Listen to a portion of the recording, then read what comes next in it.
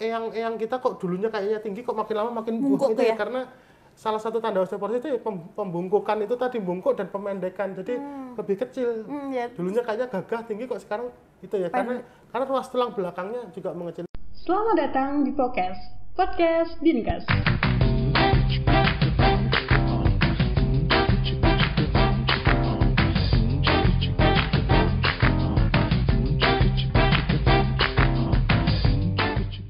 Assalamualaikum warahmatullahi wabarakatuh. Salam sehat, sedulur kata Semarang. Semoga hari ini dalam keadaan sehat seperti biasa. Dan saya Ira Sulistiana hadir dalam acara podcast Dinkes. Untuk edisi podcast kali ini kita akan membahas tentang bagaimana kita menjaga kualitas tulang di usia senja, begitu ya. Dan di sebelah saya sudah ada Dr. Arif Indra Perdana Prasetya, spesialis ortopedi. Selamat pagi dokter, apa kabar hari ini? Pagi, alhamdulillah sehat dan dalam kabar baik. Alhamdulillah, terima kasih dokter sudah hadir. Dokter Arif, saya panggil ya dok ya. Iya. Biasa praktek di Rumah Sakit Sultan Agung dan di Rumah Sakit Bayangkari yang Akpol ya dok ya. Baik, jadi nanti kalau sedulur Sehat Kota Semarang ternyata cocok atau merasa, oh kayaknya enak nih ngobrol sama dokter Arif setelah podcast, nanti bisa konsultasi atau bisa bertemu dengan dokter Arif di dua rumah sakit tersebut. Dokter, pagi ini kita akan membahas tentang bagaimana kita menjaga kualitas tulang kita, harusnya nggak menuju tua, tapi dari sejak muda harusnya ya dok ya. Betul. Dan untuk membahas itu kita akan spesifik nanti mengenai tentang osteoporosis dan osteoartritis ya dok ya. Dokter, biasa kita di podcast akan ada fakta dan mitos 5. Dokter, nanti dokter Arif jawab fakta atau mitos dari fakta atau mitos yang saya sebutkan. Kita mulai dokter yang pertama ya. Yang pertama dokter, fakta atau mitos osteoporosis dan osteoartritis tidak dapat dicegah. Ya, itu fakta. Fakta ya. Jadi tadi kan topik hari ini adalah tentang osteoartritis dan osteoporosis. Mungkin dari sedulur sehat Semarang ini juga mungkin ada yang belum tahu apa itu osteoartritis, apa itu osteoporosis. Nanti mungkin sudah sering dengar gitu tapi nggak tahu ya dok ya. Nggak tahu apa namanya. Itu apa sih penyebabnya gitu ya dok ya. Nanti kita bahas di belakang. Kita selesaikan dulu fakta dan mitos yang selanjutnya dok ya. Jadi betul, osteoartritis dan osteoporosis itu merupakan salah satu dari penyakit degeneratif. Apa itu penyakit degeneratif? Penyakit degeneratif itu merupakan penyakit yang disebabkan karena bertambahnya usia. Karena usia semakin bertambah, kualitas tulang dan sendi menurun, otot-otot di sekitarnya juga menurun, akhirnya itu akan kejadian terjadinya osteoartritis dan osteoporosis. Sama seperti halnya dengan kulit keriput, katarak, mata yang dibilang katarak, terus rambut beruban atau telinga menjadi kurang pendengaran, itu adalah penyakit degeneratif. Yang pasti dialami ketika kita menua ya dok ya. Sehingga akan terjadi. Dalam Al-Quran disampaikan sesungguhnya di antara kalian akan dipanjangkan usianya, namun dan pada saat dipanjangkan usia ini kamu akan kembali lemah, akan seperti pada awal penciptaan. Jadi memang itu sudah qadarullah, kita akan dikembalikan dalam kondisi lemah lagi, dengan kondisi tadi mau jalan susah, mau jatuh dikit patah gitu kan. Jadi itu memang akan terjadi, tapi bukan berarti tidak bisa diperlambat atau tidak bisa dicegah sama sekali. Dicegah di sini bukan berarti tidak muncul. Tidak sama sekali ya dok ya. Tapi kita bisa memperlambat. Bisa memperlambat bagaimana caranya? Caranya yaitu dengan cara pada saat kita masih usia muda seperti ini, kita berusaha untuk meningkatkan kualitas tulang kita, menguatkan sendi dan otot kita, sehingga ke depannya saat kita lanjut usia, otot dan tulang tersebut seperti kita menabung, masih bisa mampu menopang sendinya, menopang tulangnya, dengan tujuan bisa memperlambat keparahan terjadinya osteoartritis dan osteoporosis. Nah, caranya bagaimana gitu sekalian atau kita biasanya meneruskan dulu sampai ke 5 fakta mitos, nanti baru kita ulas satu-satu. Oke dokter, maaf ya. Nanti kita jelaskan. Kita jelaskan lebih detail lagi ya. Ini menarik soalnya. Karena kita semua akan menua soalnya. Insya Allah ya, semoga kita bisa sampai lanjut usia. Kemudian yang kedua dokter, fakta atau mitos perempuan lebih banyak menderita osteoporosis? Iya, betul. Fakta ya berarti ya. Fakta. Oke, kita lanjutkan lagi ke yang ketiga dokter, maaf. Fakta atau mitos saraf terjepit juga bagian dari osteoporosis? Bagian dari osteoporosis dan osteoartritis. Oh, keduanya ya dok ya. Berarti ini fakta ya dok ya? Fakta. Kemudian yang keempat dokter, fakta atau mitos osteoporosis hanya terjadi pada lansia?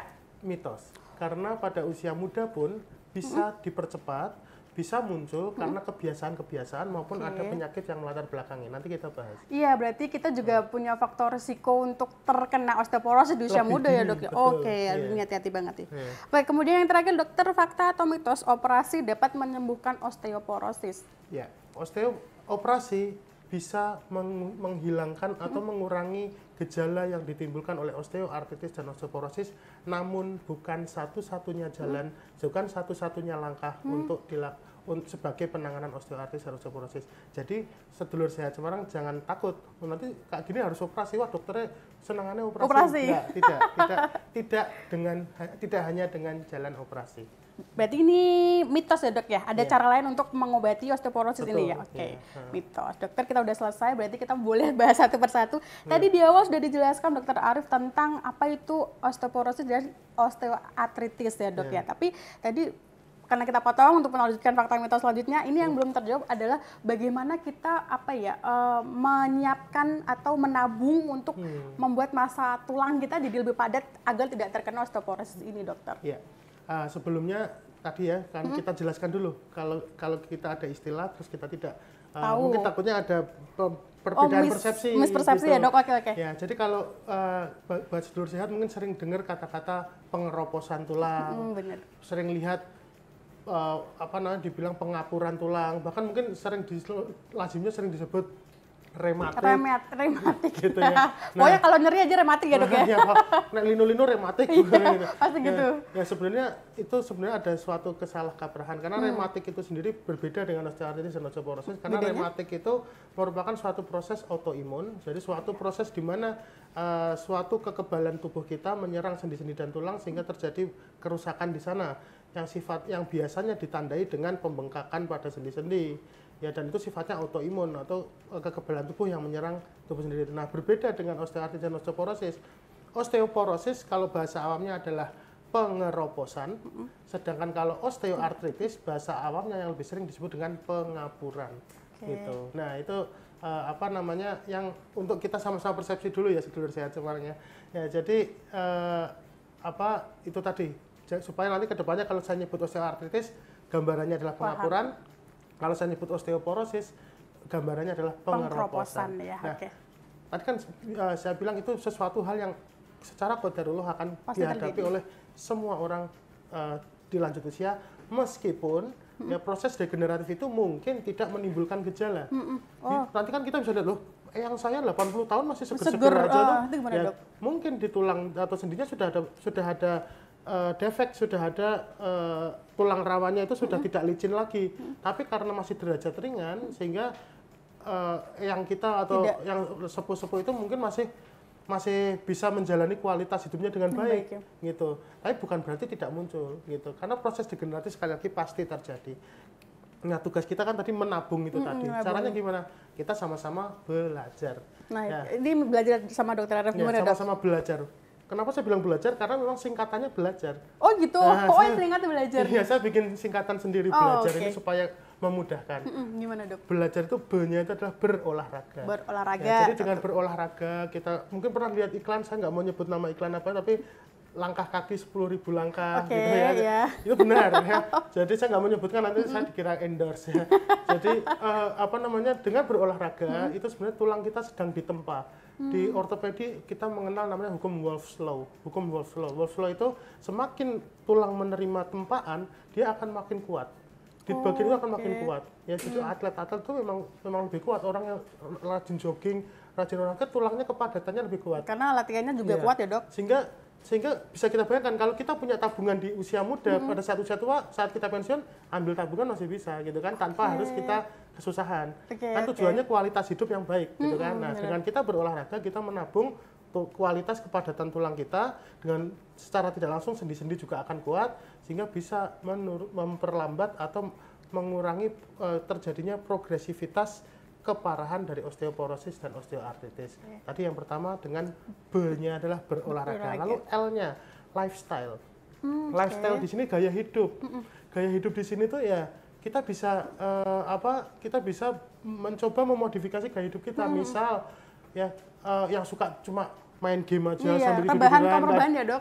Kamar rebahan. Sehingga akhirnya kan jadi nggak gerak, jangan pokoknya apalagi di depan komputer aja, duduk gitu aja, terus atau mungkin mohon maaf nih yang suka merokok, ya. yang suka minum minuman keras, itu juga berpengaruh terhadap kepadatan tulang maupun terjadinya. Merokok ya dok ya? Iya, merokok dan minum minuman beralkohol itu juga berpengaruh terhadap kepadatan tulang sehingga bisa mempercepat osteoporosis. Di mana kalau kepadatan tulangnya juga terganggu, juga nanti sendi jadi mudah rapuh sehingga terjadi proses biomekanika yang berubah di sana sehingga akhirnya menyebabkan pengapuran lebih cepat juga bisa. Jadi untuk menabung lagi ya kita juga harus mengusahakan supaya gaya hidup kita juga lifestyle kita juga jangan gaya hidup yang sedenter, tapi kita gaya hidup yang aktif, gaya hidup yang kita lebih banyak lebih banyak bergerak, lebih banyak menghindari hal-hal negatif seperti merokok, minum minuman keras, seperti itu. Oke, berarti masih ada lagi dokter? Ya, itu tadi L-nya.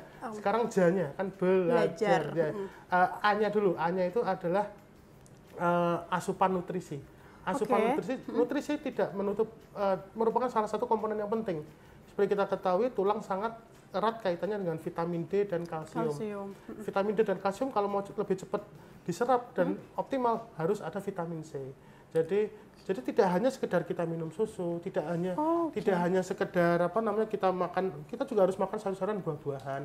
Selain itu juga vitamin D itu sebenarnya kita bersyukur ya di Indonesia itu, ada matahari yang melimpah. Dulu pas kita musim pandemi COVID ya, kita dianjurkan untuk berjemur kan. Nah, dengan berjemur itu kita akan mendapatkan asupan vitamin D yang berlimpah. Di mana dengan vitamin D dan dikolaborasikan dengan kalsium itu nanti akan mempercepat akan memadatkan tulang kita sehingga tabungannya lebih banyak. Gitu. Jadi ya ada kaitannya dengan lifestyle tadi, ada kaitannya dengan berolahraga tadi. Kalau kita lakukan pagi-pagi sambil berjemur gitu ya kita sambil nambah vitamin D juga plus asupan kalsiumnya. Gitu. Terus itu tadi A-nya ya. Sekarang J itu adalah jaga diri dari faktor-faktor resiko, dari faktor-faktor yang bisa menyebabkan keparahan. Contoh, ya kalau kita jaga diri ini misalnya, kita khususnya ini untuk sedulur sehat yang sudah lanjut usia ya, hati-hati karena dengan kita lanjut usia sudah mulai ada penurunan kualitas tulang, maka ya kita harus hati-hati, jangan gampang, kalau mau jalan ya hati-hati jangan sampai jatuh, terpleset, kemudian aktivitas berat seperti angkat-angkat beban itu ya dikurangi karena kekuatan tulangnya sudah mulai menurun. Jadi jaga diri dari faktor resiko. Dan terakhir R-nya adalah rajin check up, rajin konsultasi. Ya, rajin ini tidak hanya tidak hanya harus ke dokter loh ya. Ingat, pemerintah juga punya fasilitas yang mungkin kita sering tidak menggunakan khususnya untuk sobat sedulur sehat Semarang yang lanjut usia, yaitu posyandu lansia. Oh iya. Nah, itu juga jangan lupa ya. Jadi kadang apaan sih ini kok cuma dikasih kacang hijau? Lah kacang hijau pun juga sebenarnya mengandung kalsium yang tinggi juga. Jadi ya yang dicanangkan oleh pemerintah itu sudah sangat tepat ya. Posyandu lansia usia udah di atas 45, udah di atas 50, manfaatkan itu. Selain untuk menjaga kondisi kita juga di situ kan kita jadi banyak berbaur, bersosialisasi sehingga kualitas hidup kita pun juga akan lebih terjaga ya. Oke. Gitu. Kita baik-baik benar dok.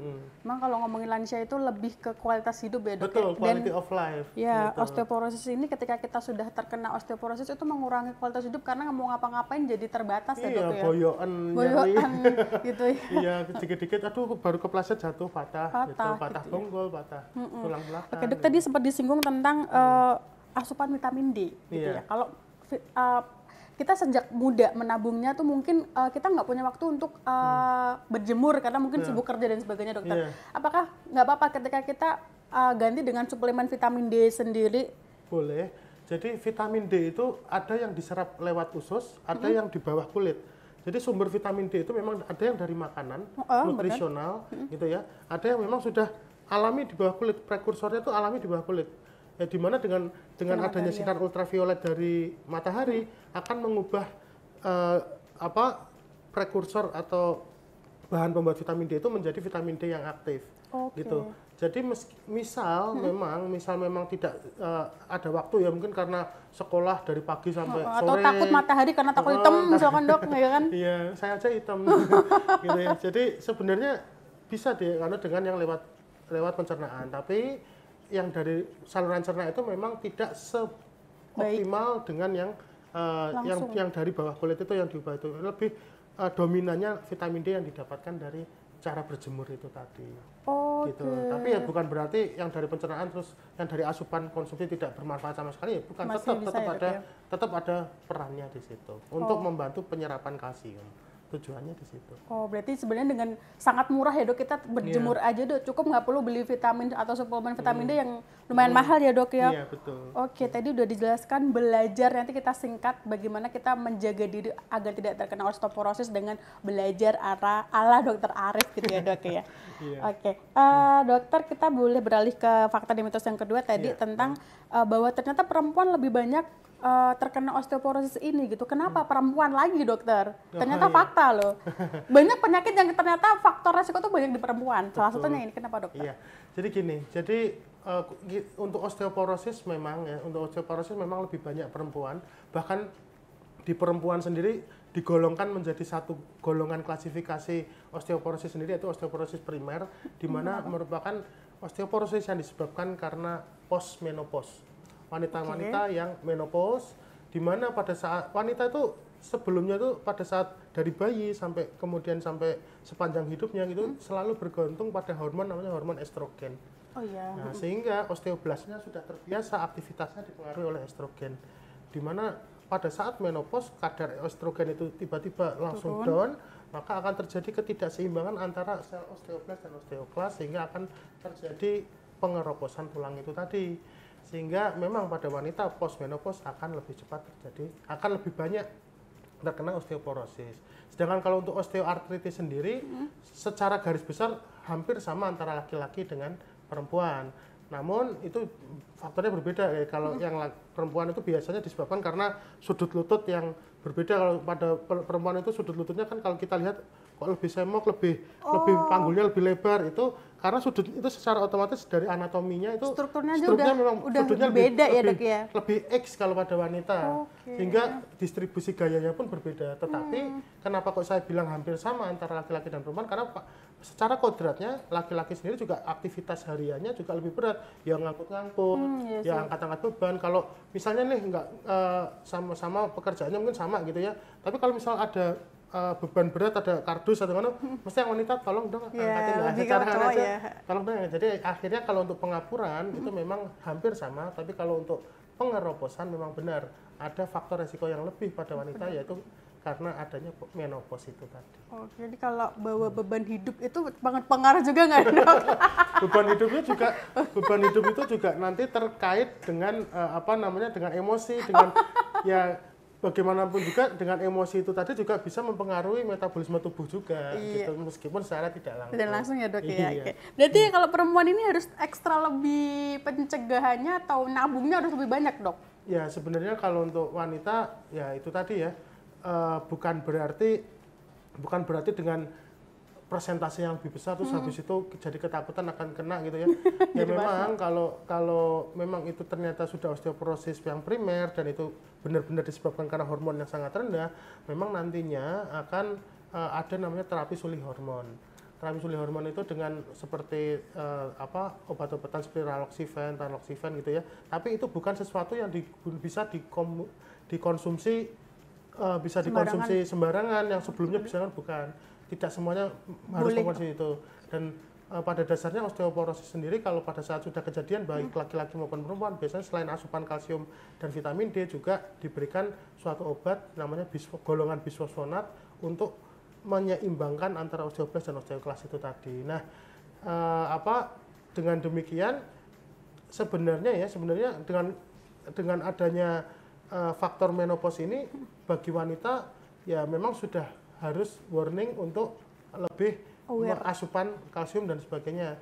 Tetapi ya sekali lagi untuk faktor wanita secara kodrat sendiri juga secara aktivitas kan juga tidak lebih berat dibandingkan laki-laki. Jadi harapannya juga semua tetap pengaruhnya. Semua itu tetap bagaimana kita belajar itu tadi, dan meskipun wanita lebih banyak karena menopause, laki-laki lebih banyak yang merokok. Oh iya juga ya Dok ya, faktornya sebenarnya sama ya Dok. Laki-laki yang merokok juga sama, jadi ya jangan berkecil hati juga, asalkan kita menabung sedari dini ya insya Allah efek dari pengapuran dan juga pengeroposan tulang itu bisa diminimalisir sehingga kualitas hidup kita tetap terjaga lebih baik ya dok ya. Oke dokter, tadi saya jadi pengen tahu treatmentnya kalau sudah terkena osteoporosis. Cuman karena ini kayaknya kita lebih enak dibahas di fakta dan mitos yang kelima tadi tentang operasinya, treatmentnya setelah kena dok ya. Kita lanjut ke fakta mitos yang ketiga yaitu saraf terjepit juga bagian dari osteoporosis. Tadi ternyata fakta ya dok ya. Saya baru tahu kalau ternyata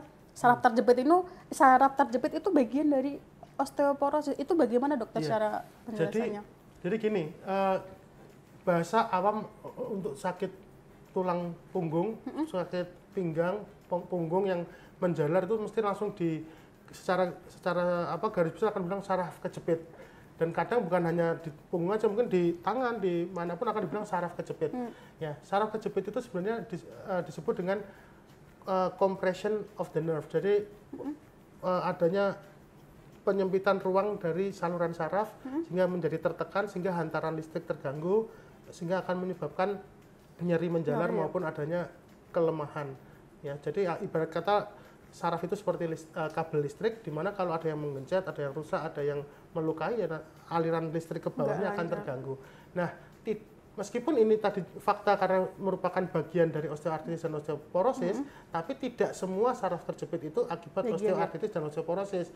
Ada saraf terjepit yang misal disebabkan oleh misal usia muda nih yang pernah dengar HNP ya. Apa itu dok? Saya belum HNP itu bantalan sendinya nonjol misal karena kepleset terus mencotot bantalan sendinya. Oh, karena ada trauma jatuh gitu atau orang main bola, orang main basket atau orang jatuh dari ketinggian itu juga bisa. Jadi sekali lagi saraf terjepit tidak murni penyebabnya karena osteoartritis dan osteoporosis. Tetapi salah satu bentuk osteoartritis dan osteoporosis di tulang belakang disebut dengan spondilosis salah satunya. Spondilosis ini yang menyebabkan reaksi seperti gejala seperti saraf kejepit. Kenapa seperti itu? Tadi kan kita bilang osteoporosis itu pengeroposan. Tulang belakang merupakan satu dari 4 tulang yang paling cepat mengalami pengeroposan. Ada 4 tulang yang belakang ya dok ya? Iya, ada 4 tulang yang paling sering mengalami pengeroposan dibandingkan tulang-tulang lainnya. 4 tulang itu yang pertama adalah tulang belakang, yang kedua adalah tulang bonggol panggul ya dok ya? Jadi kan sering tuh mbah-mbah itu kepleset dari tempat tidur atau kepleset di kamar mandi, bonggolnya patah. Nah itu karena merupakan bonggol atau tulang belakangnya patah, karena itu merupakan bagian dari 4 bagian tulang yang sering mengalami pengeroposan. Jadi selain tulang belakang dan bonggol, yang ketiga yang juga sering itu adalah tulang pergelangan tangan.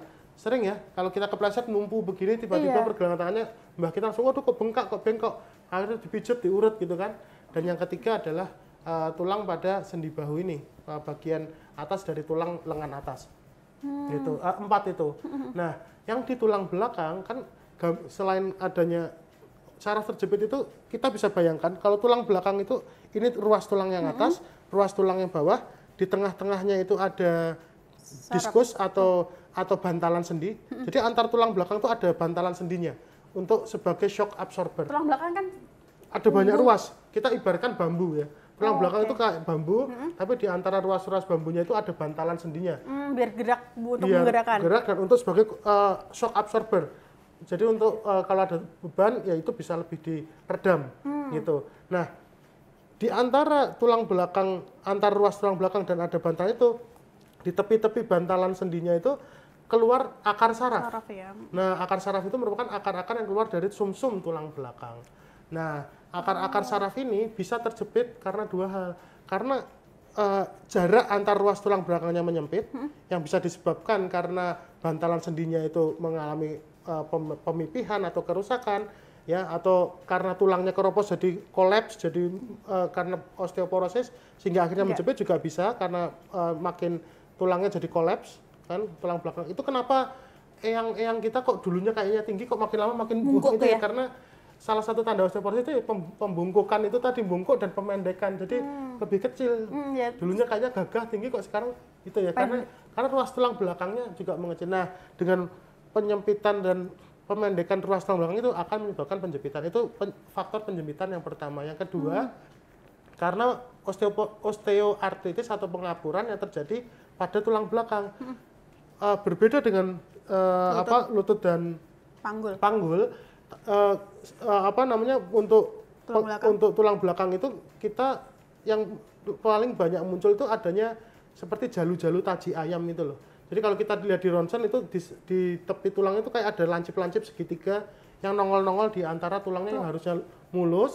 Itu kalau dilihat itu kayak ada Jerawat-jerawat bergerigi, gitu. terus ada titik-titik jerawatnya seperti jalu ayam. Jalu ayam jago. Nah, Ya, gitu oke. taji itu. Jadi karena ada yang itu sebenarnya adaptasi tubuh, kompensasi tubuh untuk memperluas bidang penekanan. Karena ini sudah nggak stabil, karena ini sudah ada pengeroposan, ada itu, maka tubuh berusaha untuk supaya gaya tekan itu bisa tetap sesuai, maka dia melebarkan lapangan dari penekanannya, sehingga akhirnya berusaha ditambah tulangnya ke samping-samping itu dengan jalu-jalu itu tadi. Nah, dengan adanya penambahan tulang yang lancip-lancip itu tadi, bisa gesek-gesek saraf yang keluar di antara ruas itu tadi, sehingga menyebabkan iritasi, sehingga menyebabkan saraf terjepit juga tadi bisa. ya. Gitu. Jadi itu saraf terjepit akibat osteoporosis dan osteoartritis. Tetapi sekali lagi bukan Tidak hanya selalu disebabkan oleh dua faktor itu. Bisa karena trauma tadi apa? Kepleset atau bantalan sendi atau HNP atau bantalan sendinya mencotot itu tadi. Atau faktor-faktor lain seperti infeksi pada tulang belakang seperti orang TBC tulang belakang Oh juga iya, ada bisa, TBC tulang. tumor di tulang belakang juga bisa. Jadi ada banyak gitu. Kira-kira gitu. Oh, mumpung masih bahas yang tentang saraf kejepit ini, tapi kita tahu nggak sih dok, saraf kejepit itu karena apa? Apa karena kan kadang-kadang nggak apa-apa bangun tidur tahu-tahu sakit terus dapat diagnosa ternyata dia saraf kejepit gitu dok. Biasanya apa? Ya, jadi sekali lagi saraf itu kan tadi saya bilang seperti kabel yang ada di dalam suatu pembungkus gitu ya. Jadi ya kalau isinya atau pembungkusnya ada jepitan, maka hantaran listrik ke bawahnya juga akan terganggu, baik dari segi perabaan maupun dari segi kekuatan. Perabaan itu nanti akan jadi kebas, kesemutan, Nah, semutan ini dok, benar. atau kalau dari segi kekuatan ya yang sebelumnya bisa kuat genggam, kuat ngangkat, kekuatannya menurun jadi lemas dan sebagainya. Itu karena hantaran listrik ke bawahnya terganggu. Tidak lancar. Iya, tidak lancar. Nah, dengan kondisi seperti ini, dengan adanya jepitan atau penekanan pada saraf tersebut, sehingga menyebabkan kita yang paling awal rasanya ya kayak linu-linu, pegel-pegel, nyeri gitu. Tapi khasnya kalau karena penjepitan saraf ada khasnya yaitu menjalar.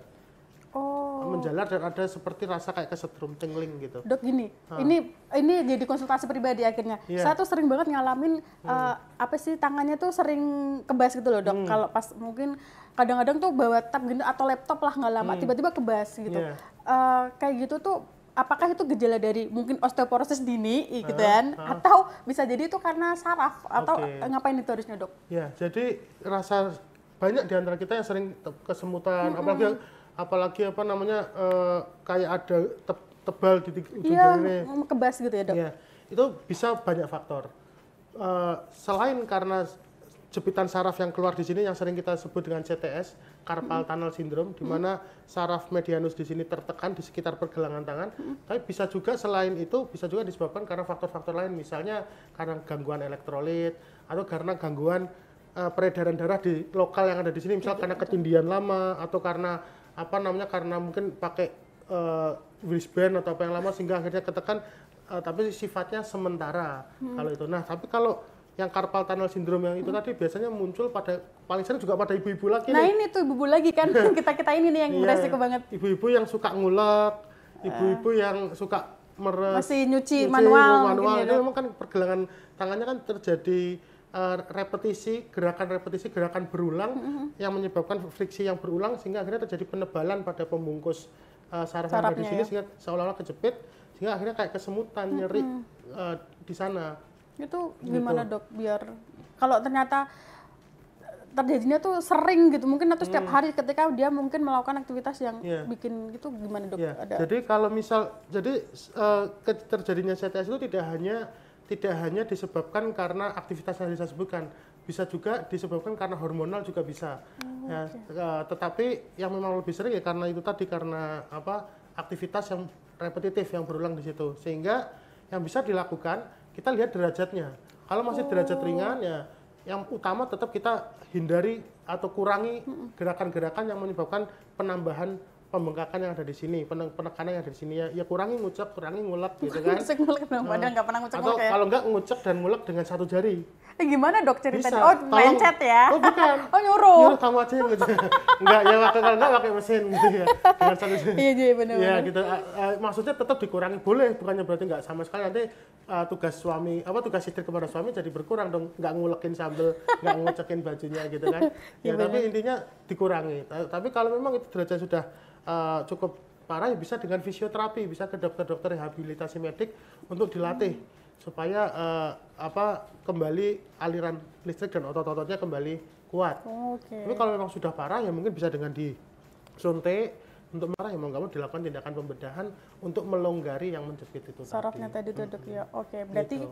kalau sering semutan ini bukan berarti dia osteoporosis dini ya dok? Belum tentu ya dok ya. Bisa sebagai bentuk osteoartritis atau osteoporosis Osteoartritis. apabila gesekan atau jepitannya itu disebabkan karena adanya pengeroposan tulang yang ada di sini ataupun karena udah ada tadi penonjolan tulang sehingga saraf yang di sini juga kegesek-gesek juga bisa. Tapi bukan hanya karena osteoartritis dan osteoporosis. Lebih seringnya kalau pada yang usia lebih muda biasanya karena itu tindakan repetitif itu tadi, ngulek, ngucek gitu. Bahkan yang suka main badminton, yang mengetik gini-gini Ngetiknya terlalu bersemangat mungkin ya dok ya sampai.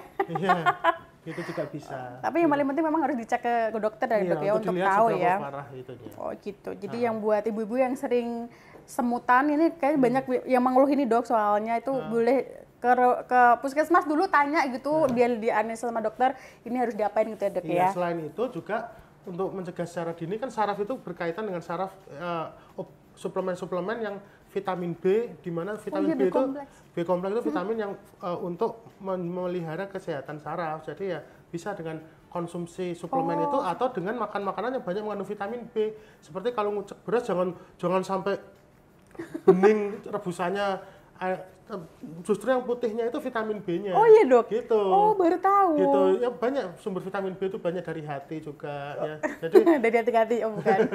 ya ininya kalau ngucek beras itu ya jangan nggak sampai harus benar-benar sampai bersih gitu. bening. Kan kadang kita pokoknya nasi putih belum bersih. Padahal kulit ari atau tajinnya itu ya vitamin B-nya ya dari Tajen. Oh iya tajen ya. Ini buat orang-orang zaman dulu kadang-kadang suka diminum tajen tuh itu untuk karena mungkin dulu belum ada. Enggak, kalau dulu kan gantinya susu sebenarnya.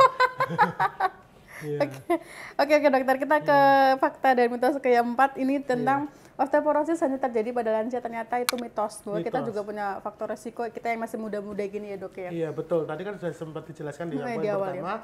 Jadi memang ada faktor lain selain penuaan yang menyebabkan kualitas tulang menurun, menjadi kepadatan tulang menurun. Yaitu tadi seperti merokok, minum minuman keras, alkohol, terus mungkin ada riwayat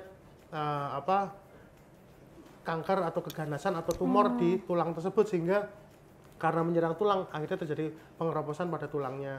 Ada juga yang disebabkan karena infeksi pada tulang, itu juga akan menurunkan kepadatan tulang. Ya, banyak faktor.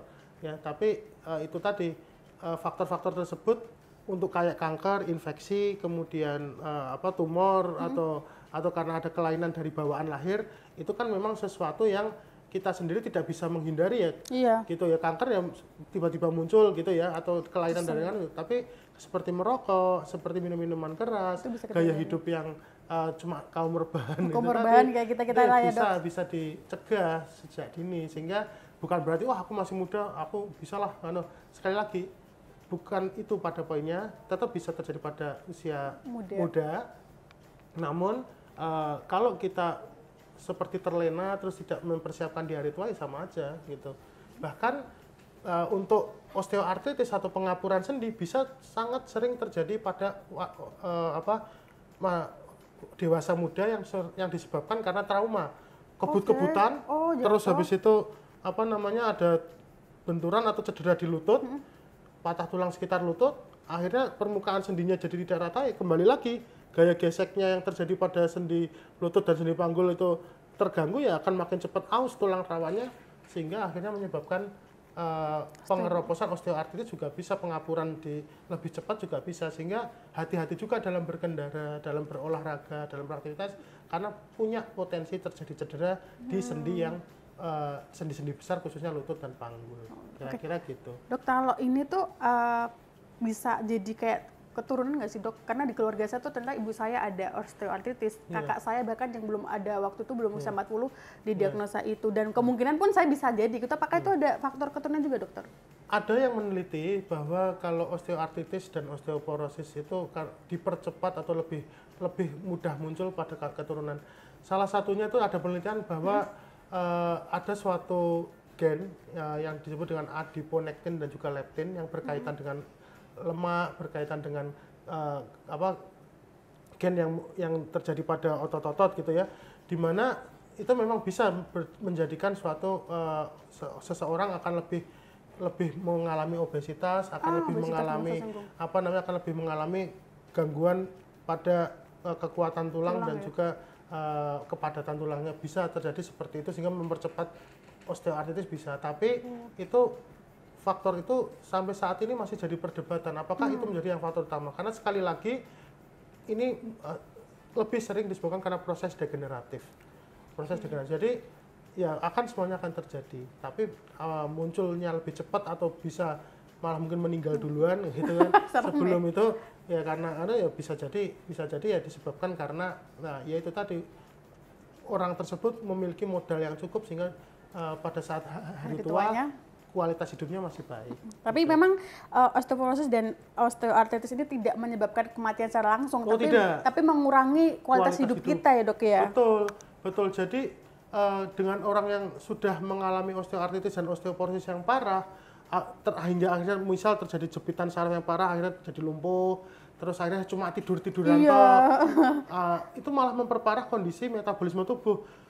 Pernafasan terganggu, pencernaan terganggu, akhirnya tidur-tiduran lama, punggung jadi lecet, pantat jadi lecet, luka gitu kan, luka akhirnya jadi infeksi nyebar, akhirnya memperparah kualitas hidupnya, seperti lingkarannya terus berkelanjutan, ya akhirnya makin memperparah dan memang akan menimbulkan akhirnya jadi kematian, tetapi bukan itu yang langsung menyebabkan gitu. Tapi jadi lebih menderita, lebih banyak gitu ya dok ya, kualitas hidupnya jadi tujuannya kita pada saat usia tua itu bagaimana supaya sedulur sehat yang sudah lanjut usia itu mendapatkan kualitas hidup yang baik, menjalani kesehariannya dengan baik, mandiri, sehingga harapannya tidak bergantung dengan orang lain dan tidak bed ridden, tidak hanya tidur-tiduran toh, yang justru akan memperparah penyakit-penyakit yang membawa akibat tirah baring yang lama. Ya ini cocok juga nih karena di Kota Semarang itu usia lansianya semakin tahun itu semakin banyak dan usia hidup kita juga lebih panjang dokter. Kita Semarang sekarang 77,26, jadi kayak ini nanti kemungkinan juga akan lebih banyak orang-orang lansia di Kota Semarang. Betul. Gitu. Jadi tren sasaran kesehatan itu setiap dekadenya pasti ada perubahan. Dulu mungkin awal-awal kita ingat ya, kenapa zamannya Pak Harto itu yang dikejar itu ya TBC, polio ya, karena memang banyak penyakit itu pada yang anak-anak itu. Semakin itu bisa terkontrol, ternyata beralih kecelakaan lalu lintas yang makin lebih banyak, sehingga orang karena kendaraan transportasi meningkat, akhirnya kecelakaan kerja, kecelakaan lalu lintas, sehingga fokusnya ke muncul jasara harja dan sebagainya. Kebijakan-kebijakan mengikuti pola kesehatan itu. Makin ke sini dengan fasilitas kesehatan yang makin memadai, orang sadar akan gaya hidup yang baik, kemudian asupan nutrisi juga makin meningkat, makin mudah terjangkau dengan akses yang lebih mudah. Akhirnya harapan hidup meningkat. Harapan hidup yang meningkat, apakah kemudian tidak ada masalah? Ya masalahnya ya terkait dengan penyakit degeneratif atau usia itu tadi. Nah itu, kita gitu loh, luar maksudnya kita gitu. Oke dokter, kita yang terakhir, fakta dan mitos operasi ini dapat menyembuhkan osteoporosis, tadi mitos. Jadi treatment apa nih dokter kalau kita sudah osteoporosis nih atau osteoartritis? Oke, jadi operasi adalah salah satu penanganan dari osteoporosis dan osteoartritis. Tetapi itu adalah tindakan atau tata laksana akhir. Justru yang awalnya ini. Jadi kalau untuk pengapuran sendi atau osteoartritis, tata laksananya itu seperti piramid. Piramid, di mana justru dasar dari piramidnya itu sendiri adalah edukasi. Edukasi. Sama juga osteoporosis juga kita harus edukasi. Jadi yang pertama itu kita harus bagaimana kita mendidik, bagaimana kita melakukan penyuluhan, bagaimana kita membuat pola pikir pada masyarakat bahwa apabila kamu bersikap seperti ini akan berdampak lebih cepat, apabila kamu bersikap ini bisa memperlambat dan kualitas hidupmu meningkat. Gitu. Pertama adalah edukasi. Yang kedua ya tadi lifestyle modification. Ya kita ubah modifikasinya, kita yang selama ini mungkin angkat-angkat beban, gaya hidup yang tadi merokok, itu bisa diubah di situ. Nah, apabila dua ini kan sesuatu yang bisa kita lakukan secara mandiri, tapi kalau apabila sudah muncul gejala, jadi derajat pengapuran tulang itu osteoartritis itu dibagi menjadi 5, 0, 1, 2, 3, 4. Oh, levelnya nih dok levelnya, ya? Levelnya, 0 itu berarti masih normal, tidak ada kejadian sama sekali, 1, 2 itu masih sangat ringan, 1 masih sangat ringan, 2 itu ringan, 3 itu moderate, 4 itu berat. Nah, kalau masih 1 atau 2, itu dilihat dari ronsen. Dilihat dari ronsen tanda-tandanya apa? Penyempitan celah sendinya, tanda-tanda pengapurannya, sudah terjadi penebalan pengapuran yang ada di bawah tulang rawannya dan sebagainya, ada 7 tanda itu tadi. Nah, dari situ kita bisa menilai keparahannya.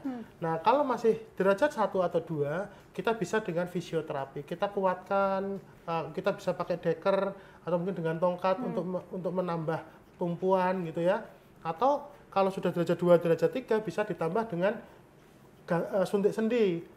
Oh, suntik. Ya, suntik sendi yang orang bilang suntik pelumas, ganti oli. Ganti oli. Kayak mobil gitu rutin 6 bulan sekali diganti olinya. Sama pada saat nanti harus ternyata pilihannya adalah ganti sendi ya tiap 6 bulan atau 1 tahun sekali memang akan disuntik injeksi asam hyaluronat tadi untuk meningkatkan pelumas yang ada di sendi itu, khususnya sendi lutut seringnya. Oh, itu diulang terus ya dok ya? Suntik itu bukan sekali langsung? Iya, jadi ada yang seminggu sekali selama 5 minggu berturut-turut, kemudian diulang di bulan ke-6, atau yang one shot yang sekali suntik tapi nanti diulangi 6 bulan.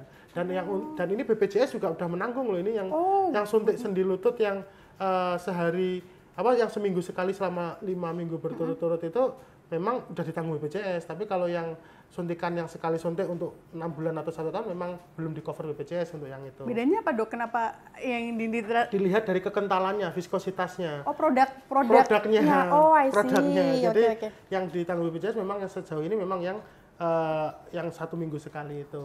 Selama 5 minggu berturut nanti untuk diulang tiap 6 bulan. Kira-kira gitu.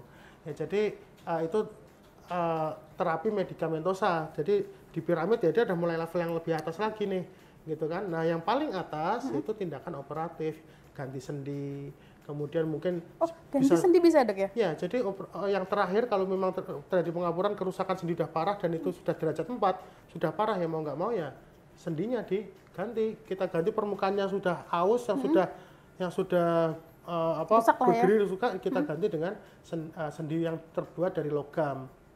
Tapi, kayak pasang ring kalau jantung itu dok berarti. Saya baru mau tanya, ini gantinya pakai sendi siapa? Iya, jadi pakai bahan logam, bisa dari titanium, bisa dari bahan-bahan yang tidak menyebabkan infeksi, tidak menyebabkan iritasi, tidak menyebabkan reaksi berlebihan, di mana kita mengembalikan, kita rejuvenation, kita mengembalikan permukaan sendinya jadi licin lagi, smooth lagi, sehingga pasien ya untuk aktivitas tidak nyeri atau tidak gesekannya tidak parah. Nah, tapi sekali lagi itu kan buatan manusia.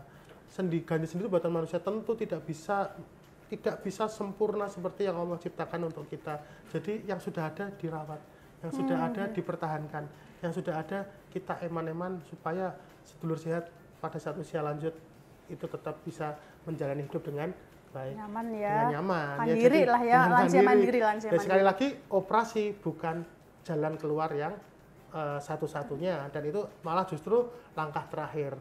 Nah, kadang kita juga sering terkecoh ya, mohon maaf bukan bermaksud mendiskreditkan, tapi kadang kita terkecoh dengan tergiur karena kita takut kalau di dokter nanti operasi, di dokter nanti pasti gini, akhirnya lari ke alternatif. Nah ini ya sebelum menyinggung soal alternatif ini dokter, karena di treatment ya itu gimana dokter hukumnya kalau kita ke alternatif? Jadi kita tidak bermaksud mengkerdilkan atau menyalahkan terapi alternatif, karena bagaimanapun juga mereka punya ilmu, entah ilmu dengar, entah ilmu turun-temurun, entah ilmu yang hanya sekedar testimoni atau empiris gitu ya, yang mungkin dulu pernah ingat ada ponari pakai batu bertuahnya, atau mungkin itu ada pengobatan ala India atau apa yang kemudian bisa menyebabkan ini sembuh. Itu bisa jadi hanya sekedar testimoni. Testimoni itu ya berarti hanya omongan orang, oh aku enak kok setelah itu enak kok sembuh. Padahal kenyataannya mungkin hanya sugesti gitu ya. Atau memang mereka punya keilmuan, entah keilmuan yang dari segi mistis atau dari segi yang memang mereka punya ilmu di situ. Sekali lagi kami tidak ingin mengejat lebih dalam, tapi pada dasarnya pengobatan alternatif itu di luar medis ya? Di luar medis. Dan namanya juga alternatif apabila alternatif itu kan tidak ada badan hukum, tidak ada legalitasnya. Sehingga ya kalau mereka berbuat kesalahan atau tidak sesuai dan hasilnya tidak seperti yang diingini oleh pasien yang berobat, ya nggak bisa disalahkan. Alternatif, Anda memilih jalan alternatif ya sudah, itu pilihan Anda, bukan kesalahan dari pemberi alternatif tersebut. Ya, tapi sekali lagi kami tidak ada ilmu untuk bagaimana sih pengobatan alternatif itu dijalankan. Jadi saya tidak bisa membenarkan dan tidak bisa menyalahkan. Tapi yang penting adalah bagaimana kita memilih tindakan yang bisa dipertanggungjawabkan. Tindakan yang bisa dipertanggungjawabkan itu maksudnya adalah ya dengan medis, kita berbadan hukum, kita pasien yang datang juga dilindungi oleh hukum. Dan apa yang kita lakukan itu tidak hanya berdasarkan testimoni, tidak berdasarkan aku sembuh kok, aku enak kok, bukan. Tapi kita berdasarkan uji klinis, rangkaian uji klinis, sehingga harapannya dengan kita memeriksakan ke fasilitas kesehatan, kita lebih ada jaminan, kita lebih ada perlindungan. Bukan berarti semua tindakan kedokteran itu pasti sembuh. Tindakan kedokteran tetap ada tetap ada hal yang menyebabkan tidak safe, tetap ada mudaratnya, tetap ada resiko yang muncul pada tindakan tersebut. Tapi itu sudah melalui uji klinis, itu sudah didaftarkan dan keilmuan dan secara keilmuan sains yang sudah diujikan. Jadi tidak sekedar testimoni dan berdasarkan feeling ya dok ya. Gitu. Kalau alternatif tuh takutnya berdasarkan feeling atau tidak semua. Sekali bisa karena pengalaman turun temurun, bisa diajari gurunya, mungkin dia punya ilmu karomah gitu ya, karomah yang dimana dengan kekuatannya seperti kemarin dulu kan kayaknya ada yang sempat happening tuh, viral tuh yang dengan dikeretak-keretak dengan talian itu habis itu tiba-tiba sembuh. Ya sekali lagi saya tidak ada ilmu terkait itu, tapi ya intinya alternatif silahkan kalau memang mau ke sana, tetapi hati-hati, pilih yang benar-benar aman dan bisa dipertanggungjawabkan, jangan sekedar mengikuti omongan, kira-kira gitu. Kayak gini, mumpung nyinggung tentang alternatif dok, ini kan kemarin-kemarin itu sempat viral tentang pengobatan atau treatment yang dikeretak-keretak itu dokter. Mungkin tujuannya adalah mengembalikan posisi tulang pada posisi yang sebenarnya. Nah kalau ini dari medis memang adakah treatment seperti itu atau bagaimana dokter? Ya, jadi sebenarnya kenapa kok pijat keretak gitu ya? Pijat keretak gitu. Itu sebenarnya kenapa kok bisa bunyi keretak gitu? Itu sebenarnya kita memaksa sendi dan hubungan antar tulang dan otot-otot yang ada dipaksa supaya posturnya kembali. Itu secara dipaksa. Dan itu kalau misalnya tepat aman. Tapi kalau tidak tepat kan kita jangan hanya melihat yang sembuh ya, kita juga harus tidak boleh menutupi adanya kasus-kasus kematian akibat siropatik. Dikeretek lehernya tiba-tiba sudden death. Ada gitu. Jadi sekali lagi kalau memang tidak ada ilmu, kalau memang tidak ada tidak ada basic pelatihan untuk siropatik itu tadi, jangan gegabah. Tapi kalau memang dia sudah ada ilmu, sudah ada sertifikasi, sudah ada keahlian di sana, monggo. Tapi sekali lagi itu pemaksaan terhadap sendinya. Itu kenapa lebih disarankan, kadang kan kita lebih ingin cara yang cepat dan mudah dok. Dan enak katanya gitu. Tapi ada sebenarnya juga dengan cara fisioterapi juga bisa. Fisioterapi bertahap, dilekskan spasme-spasmenya yang keram-keram, yang tegang dikendorkan, aliran darahnya dilancarkan dengan disinar, itu bisa lama-kelamaan. Tapi ya needs time dan juga needs cost gitu.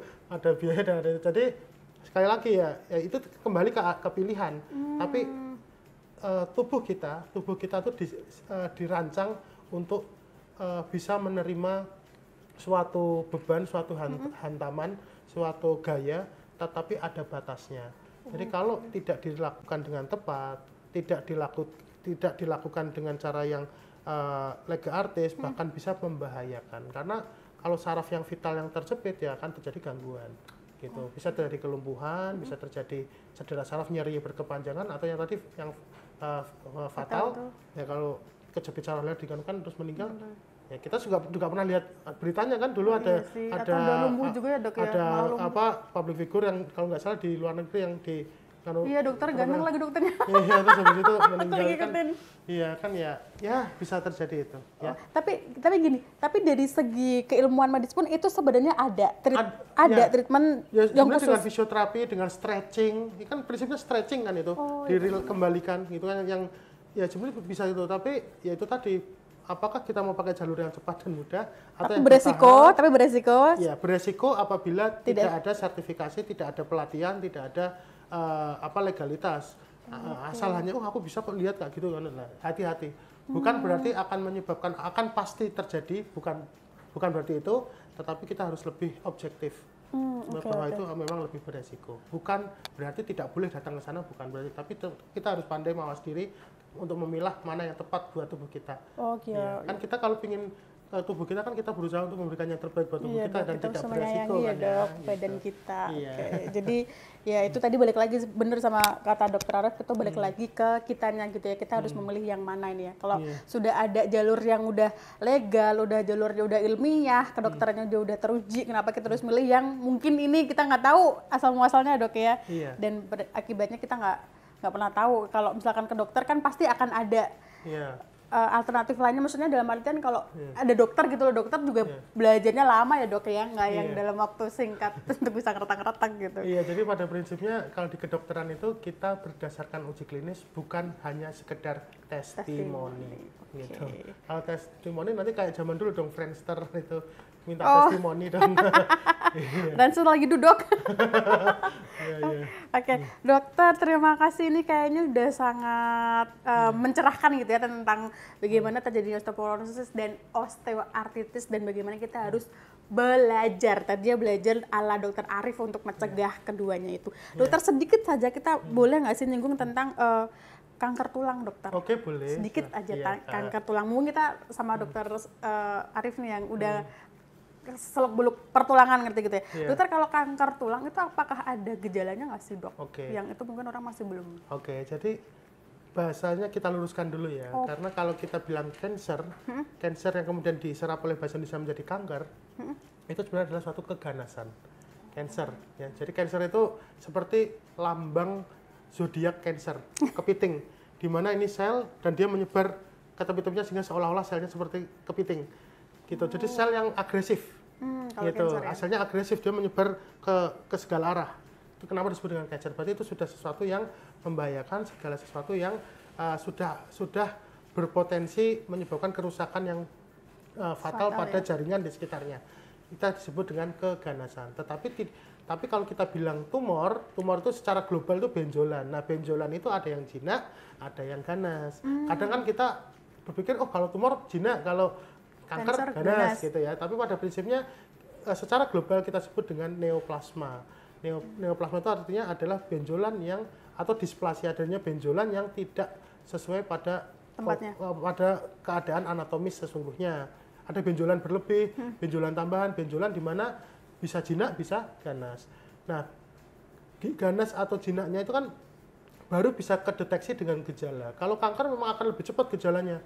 Selain gejala yang disebabkan oleh kanker tulang itu sendiri yang menyebabkan benjolan di tulangnya, nyeri, tapi juga bisa juga kalau kanker bisa juga ada gejala sistemik, gejala ke seluruh tubuh, di mana jadi lebih cepat kurus, kemudian ada nafsu makan menurun, demam yang berkepanjangan, itu juga bisa disebabkan karena kanker.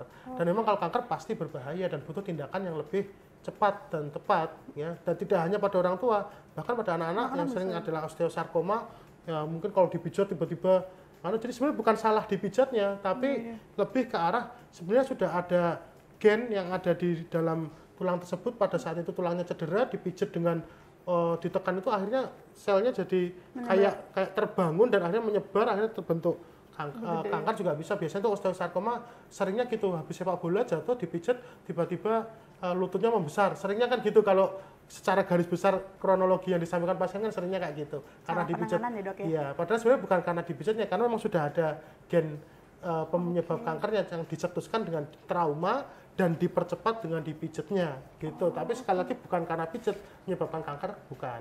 Nah, kalau tumor atau tumor jinak itu ya kalau dia letaknya tidak menekan saraf, tidak menekan struktur pembuluh darah, tidak menekan otot di sekelilingnya, ya tidak akan menyebabkan keluhan. Kalaupun ada keluhan paling kok ada benjol ya, benjolan kok ada benjolan keras gitu ya. Tapi nggak sakit itu, Dok? Ya kalau menekan saraf, menekan pembuluh darah, menekan otot ya lama-kelamaan nyeri. Tapi kalau itu masih bisa, kadang ada benjolan kita menganggap benjolan biasa gitu kan, tidak nyeri ya, tidak menimbulkan simptom gitu. Tapi setidaknya akan ada ada benjolan, ada massa di situ gitu. Nah, berbahaya atau tidaknya kembali ke sifat dari benjolan itu tadi, apakah ganas atau jinak. Itu harus diperiksa juga lebih lanjut ya. Jadi apapun ada benjolan abnormal, baik itu kaitannya dengan ortopedi atau benjolan apapun ya, mungkin yang wanita juga benjolan pada payudara, benjolan pada ada benjolan apapun yang tidak wajar, yang tidak baiknya segera diperiksakan gitu.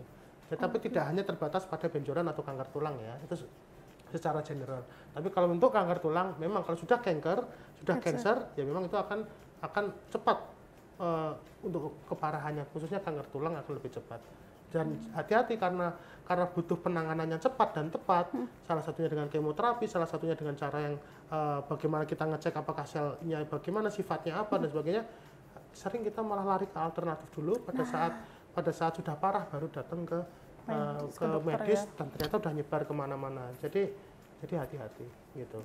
Treatment kankernya ini juga beda-beda, Dok. Beda-beda. Harus tahu jenis kankernya ya. Okay. Apakah dengan penyiraran, apakah dengan kemoterapi, apakah harus dengan operasi dipotong tergantung dari jenis kankernya. Oke, gitu ya. Tadi sedikit tambahan tentang kanker tulang ya. Dokter, terima kasih banget. Hari ini kita belajar banyak, selain belajar ala Dokter Arif tentang bagaimana kita mencegah osteoporosis dan osteoartritis tadi. Terima kasih dokter atas informasinya. Semoga kita masih bisa bertemu lagi di next podcast ya, Dok ya, karena sangat informatif. Dokter, terakhir ada yang mau disampaikan kepada sedulur sehat Kota Semarang mungkin untuk menjaga agar tulang kita tetap sehat?